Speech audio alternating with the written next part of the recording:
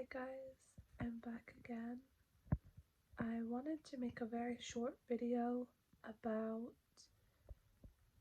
something that I've come to realize in the past few days that I think I was slightly subconsciously aware of, but it wasn't really something that was at the forefront of my mind.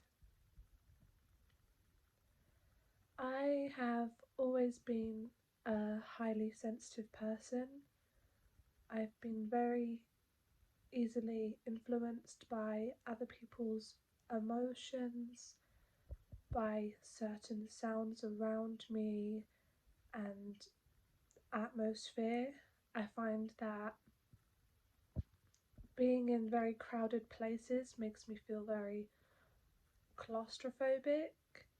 I could be in a very vast open space, but when it's filled with people, I feel very claustrophobic, and certain noises make me feel very aggravated and angry, even, and just certain atmospheres and rooms make me feel very anxious. I find that being in very bright white rooms make me very anxious. Bright lights make me anxious. Um, my partner is actually, we're always sort of having a bit of a debate about lights, because in the morning he'll go down to the kitchen and make breakfast and he likes to put all the kitchen lights on, because I guess most people want to cook in the light, and for me I like natural light, daylight, and kind of warm lights, like yellowy kind of dim orangey lights. um, so I'll always go downstairs and turn the lights off because I like the daylight that comes in through the window. But he will then get annoyed at me and will have to kind of compromise and put one light on, um, out of the two fixtures. Anyway, I've been really trying to get in touch with my emotions over the past few days and understand why I feel the things I feel. Um, and I've realized that I have never really felt like I am enough.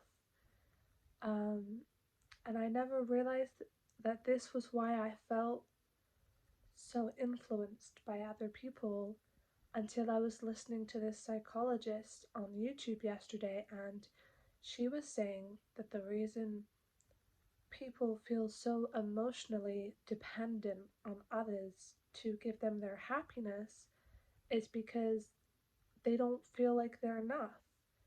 Um, and I've always been aware that I've had deep insecurities and things that I don't like about myself. And I just kind of thought that me being so influenced by other people's emotions were part of being a highly sensitive person, or that in a relationship it just meant that I was needy. And now I've realized that I see things the way I see them because I've never had a sense of feeling like I'm enough. I feel like children, when they're born, they're supposed to be born feeling like they are enough, that they are worthy. They should feel like more than enough because they receive or should receive so much love from their parents, be the light of their eyes. And so, this is why young children often appear very confident and usually happy, I'd say, like before like the age of 2, is because they're not having conflict at this age, they're not having tantrums and seeing a negative response, from the parent. They're just seeing mostly positive responses. I mean, obviously there's circumstances where people have, women have postnatal depression and may not appear very warm, or they're born in, um, a difficult environment, or maybe they're actually unwanted, a pregnancy that wasn't planned. But most children are probably born feeling like they are enough, and that feeling might get altered as they grow up, and it shouldn't do. No one deserves to feel like they're not enough. So I don't remember a time when I ever felt like I was enough. And I was kind of sitting down and thinking about this and just looking back on it, I'm finding myself getting a little emotional. I try not to talk too much about my family and my upbringing because there's a chance my parents might watch these videos and feel that I'm negatively exploiting them. But this is my channel and this is my place to open up about myself and my feelings, so I'm gonna speak about it. So, I had a really hard upbringing. Maybe I'll make a full life story on this channel eventually, but I was told from a very young age by my father that I was not wanted. Um, and it's funny because as I've grown up, my father has shown love towards me. We've always had an up and down relationship. I've had a very up and down relationship with my mother too, but my dad, he's given me a lot of mixed messages. He's told me that before I was born that I was not wanted, but he felt pressure to have another child by my mother. Um, so I never really had a sense of feeling very wanted. I always felt that my brother was the favorite one. Um, he was the one that didn't appear to have behavioral problems, and didn't go through struggles at school to the extent that I did. He was the one that, went through school with very good grades, and he was the one that came home every day and got positive attention, and I was the child that came home every day and got negative attention. Not to say I didn't ever get positive attention, of course I did. I got praised for certain things, but I felt mostly that growing up, I was looked down on and seen as a failure. And then, especially, when I fell pregnant at 16, I felt very, um, I felt like a lot of people looked at me like, oh, look at her, she's thrown her life away at such a young age and she doesn't care about becoming anything meaningful. It felt like for me, I thought becoming a mother would give me this meaning, and I didn't become a mother because I wanted to develop a sense of meaning. There was many reasons behind my choice to get pregnant at a young age, but other people saw it as something that took away my meaning for life, and that I had thrown away any opportunity at becoming something good. I was just looked at as like, oh, you're a teenage pregnancy by a lot of people. And when I went through the relationship with my first child's father, it was a very difficult relationship. Um, this person I know looks at my channel, and we're still going through a divorce, which is not really in process, due to complications in being in different countries, but it's going to happen. Um, I, at the end of that relationship, I felt very, very depleted. I had been very manipulated, brainwashed, and emotionally abused. I was abused in so many different ways. And when I first met this person, I was 15 and they were much older than me. And I was very naive and got myself into a bad situation. This person used my naivety and my youth, and they pretended to treat it as something positively, like I'm going to be this wise person that's going to help you grow into a woman, and instead they used my naivety to brainwash me, tell me untrue things, and manipulate me into making bad decisions. So at the end of that relationship, I did not feel like enough. Um, and I've not felt enough since, even though I am now with a really, really sweet man and I've been dating him for 2.5, going on for 3 years.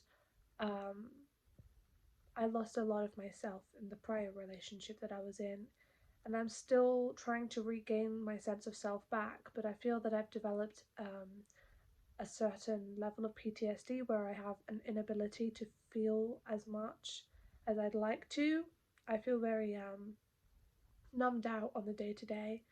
And I do have joy, but I don't feel like a continual sense of fulfillment or happiness, which I'd like to feel, and which is something I'm really trying to pursue through mindfulness and meditation and these practices that I've been trying to take up. Um, but I've always been very influenced by people in friendships when someone withdraws or takes themselves back or distances themselves from me, and I don't know why. I will blame myself in arguments with my family or any sort of disagreement, even if the other person is in the wrong. I feel this need to blame myself and attack myself. I've always been like this. I've just always felt this need to blame myself for everything. And even when other people hurt me, I feel very sad and like I've done something wrong. When other people around me are depressed or having a bad day, I feel like I can't have a good day because that impacts me so much. Um, and I've realized, yeah, it's because I don't feel like I'm enough. I don't feel like I can give myself the happiness and enjoyment that I'd like to receive because I've never felt like I'm enough. Um, by myself, I've always felt that other people are what make me who I am, and that without other people around me, my support network, I feel unable to experience happiness. So, over the past few days, I've been really trying to tap into that, and especially when I heard this video yesterday, I really came to this realization, and now I'm like trying to rewire my brain into feeling like I'm enough as an individual person without needing somebody else to complete me. And it's very romantic and all to be like, oh, you need your partner to complete you in a relationship. And I always thought that that was how it was, that, you know, you find this person and that person completes you and that person makes you happy, and that, you know, it takes two people in a relationship to feel joy and happiness. But I've realized now, actually, if you can both work on yourselves and feeling confident and happy by yourselves and in the times that you're apart or away throughout the day or whenever you're apart, then you can come together and experience a higher level of joy, and you're going to be more calm around each other, and the experience of being in a relationship will be magnified into something much greater when you feel good by yourself. Because when you don't feel good with yourself and who you are, and you know you're radiating all of this negative energy about how you feel about yourself, your insecurities are affecting somebody else, and that's going to be radiating off onto the other person that you're with. Um, so yeah, that is what I've realized, and I feel like maybe this is an obvious realization to have, but I should have had it a lot sooner, and I'm trying to really help myself.